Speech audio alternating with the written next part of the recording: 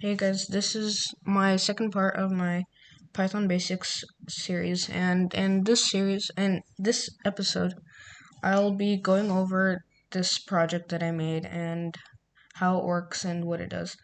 So this project it simulates a coin flip, and it asks the user if they'll guess the coin will land on heads or tails. It's just a coin. So if I type heads, then it'll say you got it wrong. Try better next time, which means that it was tails. But if I try heads again, it might be heads. So heads.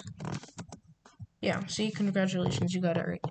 So the way it does this is by generating a random number, and then depending on the number, it either decides if it's heads or tails. So the first thing I did was import random, which was key to um do the generate a random number and decide if the side of the coin would be heads or tails.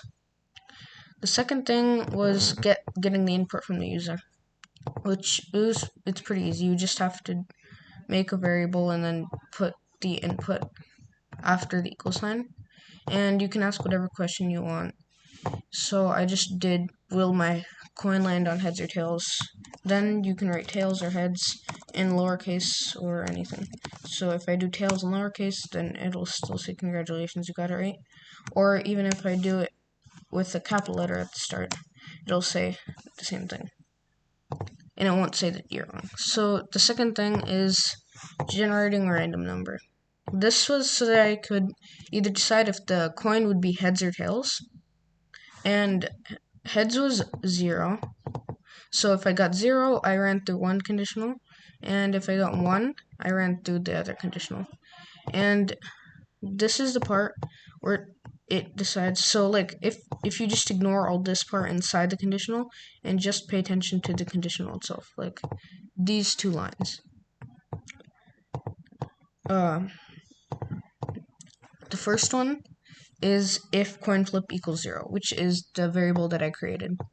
0 is heads, so I put this one first.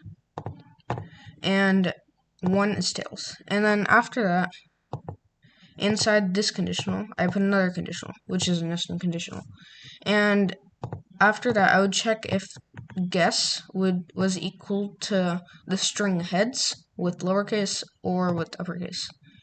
There's another way to do this by making all of the letters in the input into a lowercase or uppercase, and you can just do one. Like if this wasn't here, you could just do if guess equals heads, or if guess equals heads, and then no matter what you typed, as long as it was the word heads, even if it was all uppercase or lowercase or anything, it'll still work. And it's not only confined to having one uppercase at the start. And after that, if it was true, it would print congratulations, you got it right. But if it was false, it would print you got it wrong, try better next time. And then that's when you run the loop again. Then the other one is just tails. It's completely same thing, except it's just tails in place of heads.